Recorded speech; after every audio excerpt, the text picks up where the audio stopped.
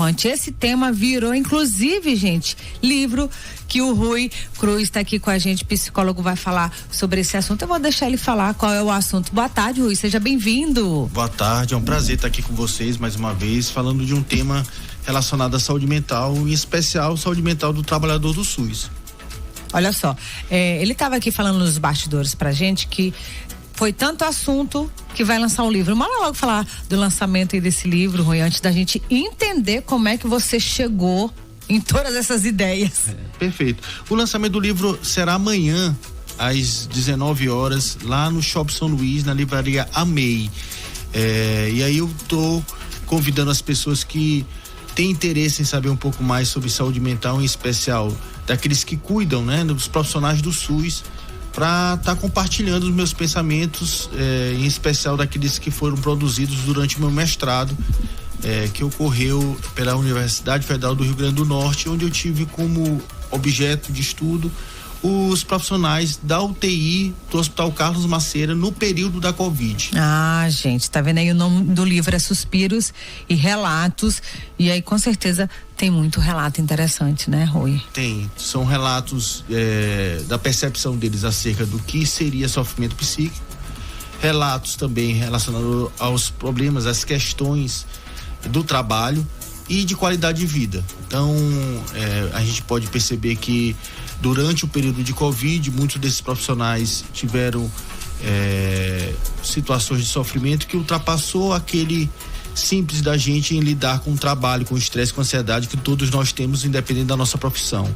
Eles tiveram que lidar com a reiterada vivência com a morte, e que significava a morte daqueles que estavam sendo cuidados, mas também a oportunidade para aqueles que estavam chegando. E em muitos momentos tiveram que lidar com a morte dos seus parceiros, porque muitos profissionais adoeceram. E também tiveram que lidar com a pressão social, porque foram atribuído o papel de heróis de jaleco branco, onde eles tiveram que trabalhar numa frente de batalha com um inimigo desconhecido e invisível, que no caso era a Covid. Então, através desse livro dá pra gente entender um pouco como ficou a cabeça desse profissional, né? Antes, durante e após a pandemia. No seu estudo todo, né, que você trouxe pro livro, qual a quantidade, assim, de pessoas que você teve acesso? Tem como, assim, falar em números pra gente? Claro. Um estudo qualitativo, então, aí, o que a gente faz? A gente utilizou o caso único, o caso foi o hospital, e a gente faz perguntas numa entrevista semi-estruturada, e quando essas respostas acabam exaurindo, ou seja, a gente já chega a um consenso daquilo que as pessoas pensam, a gente acaba fazendo uma limitação do quantitativo. Então, eu entrevistei enfermeiros, terapeutas, fisioterapeutas, na verdade, médicos, e o discurso entre eles, 7 profissionais colocaram praticamente todo o apanhado daquilo que era necessário, principalmente relacionado a esses pontos que eu listei. Muitos relataram, como você mesmo mencionou, aspectos relacionados à sua vida pessoal, aspectos relacionados ao trabalho, e principalmente deu para perceber que essas sequelas, elas persistem. Mesmo que a gente fale na nossa sociedade sobre névoa mental, um esquecimento, mas nós ainda estamos acelerados. Então a gente ainda está reagindo de maneira impulsiva. A gente não está refletindo antes de agir. A gente acaba, de certa forma, sendo muito mais emocional do que sentimental. E quando lidamos com o sentimento, recordamos da nossa memória momentos difíceis que acabamos, de certa forma, tentando esquecer. Por exemplo, como o luto, né, das pessoas que faleceram durante esse período. Rui, mas você, com toda a tua expertise, que horas, que momento que tu falaste? Eu vou reunir, vou colocar tudo em um livro, eu vou colocar no papel. Teve algum estalo, teve alguma, não sei, alguma dor também que você passou, como é que é? Essa tua pergunta é bem interessante, porque ela me faz recordar o período em que a gente começou a escutar as pessoas que estavam em sofrimento psíquico. Uhum. Eu inicialmente comecei a trabalhar no CIEBS, na Secretaria de Saúde, fazendo uma escuta e dando o resultado das pessoas que estavam com Covid. Certo. Então, a maioria das pessoas, quando começaram a escutar o resultado, não acreditavam, negavam. Muitas tiveram mortes súbitas que eu digo assim, muito rápido. Então, porque não se sabia o que fazer. E muitos contatos das pessoas que eu ligava eram os profissionais. Então eu cheguei ao ponto de ligar para um colega e falar: olha, eu queria falar, tá fulano de tal, e a pessoa, olha, fulano de tal já faleceu. Eu falei assim: olha, quem tá falando aqui é Rui da Secretaria de Saúde. Ele disse: Rui, eu sou da Secretaria de Saúde também, eu sou profissional de tal lugar. Eu que levei o vírus para dentro de casa.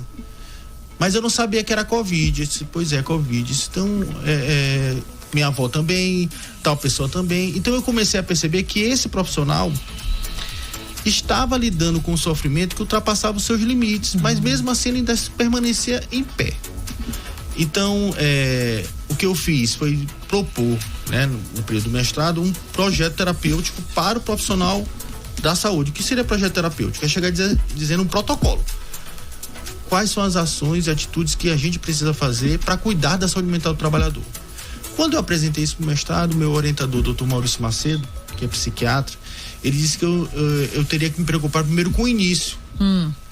E o início seria: o que essas pessoas entendem sobre sofrimento psíquico? Essa foi a primeira pergunta.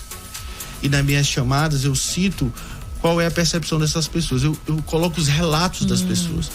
E os relatos, eles sempre vieram acompanhados com suspiros. Suspiros meus, ao escutar, né? Eu, enquanto psicólogo, em algum momento manifestei um certo dificuldade de entender e compreender, e o suspirar, o respirar fundo é uma maneira da gente se organizar também, que nem uma gaguejeira, ou então que nem algum momento que a gente faz algum comportamento estereotipado. Muitos relatavam isso e muitos diziam que estavam vivendo um período de descuido pessoal e de desleixo social, porque a organização não estava preparada para viver isso, e os chefes imediatos, o contexto em que nós vivemos, não estavam preocupados se a pessoa tinha condições ou não, estava pronto para estar naquele posto. Então, a rotatividade profissional era muito grande e a necessidade de assistência era maior ainda.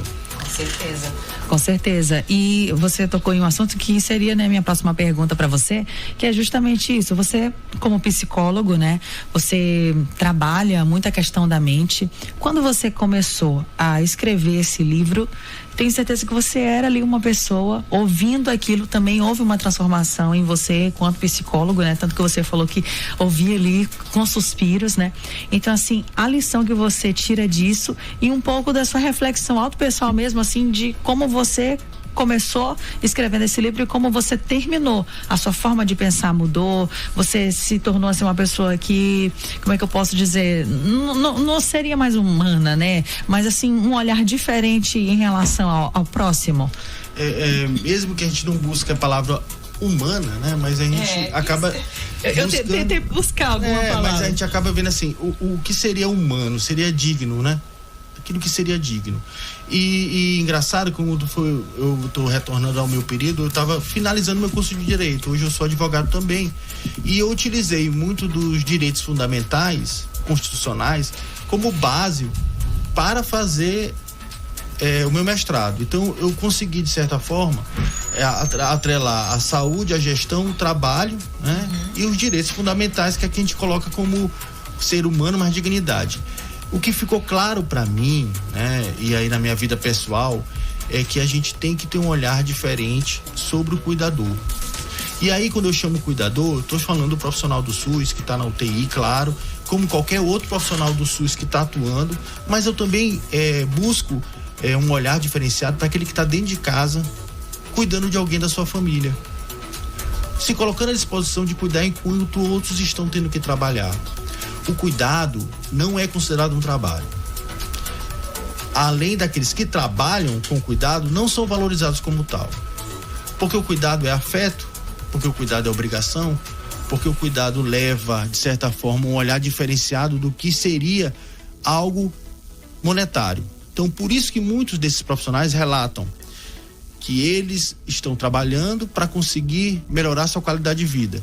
Mas muitos reconhecem que, mesmo tendo oportunidades de uma escala melhor, de uma oportunidade maior, vão continuar buscando incessantemente mais recursos para poder usufruir de algo que eles não têm, que é a qualidade de vida. Então, o que traz é isso, é que eu também tenho que entender a necessidade de desacelerar e buscar meios para não adoecer. Com certeza. Tudo isso reunido no livro Suspira, gente, relato, desacelera. Rui, convida mais uma vez aí, nosso tempo é curto, gente, o bate-papo é sensacional, o tema é maravilhoso, mas convida aí todo mundo para o lançamento que vai ser amanhã, gente, dia 13, não é isso? Correto, amanhã dia 13 de novembro, dia da gentileza, né? Eu agradeço a gentileza de vocês em oportunizar esse espaço com tanto carinho, para que todos estejam lá amanhã no Shopping São Luís, na Livraria MEI, a partir das 19 horas. Vai ser uma oportunidade para a gente ter um bate-papo inicial, mas também vai ser um momento importante para que a gente possa tocar assuntos referentes à gestão, à saúde e à qualidade de vida dos trabalhadores. Solicito também quem tiver oportunidade de acessar as redes sociais para ter um pouquinho mais de informações relacionadas às falas desses profissionais e a concepção que a gente tem do cuidado de saúde mental. Qual a rede social? Pode falar. No Instagram @Rui com Y RM Cruz. Certo. Seria esse aí o espaço para que a gente pudesse estar conversando ainda mais e divulgando o livro. Perfeito, gente. O convite está feito. Nós agradecemos, viu, Rui, a sua presença aqui no nosso programa. E Porta da Mirante aqui, sempre aberta para você trazer assuntos tão interessantes quanto esse, tá bom? Eu que agradeço a oportunidade de vocês duas, que são profissionais exemplares da comunicação. Muito obrigada. E olha, por aqui a gente segue na programação até às 5 da tarde com o nosso Deixa Eu Te Contar.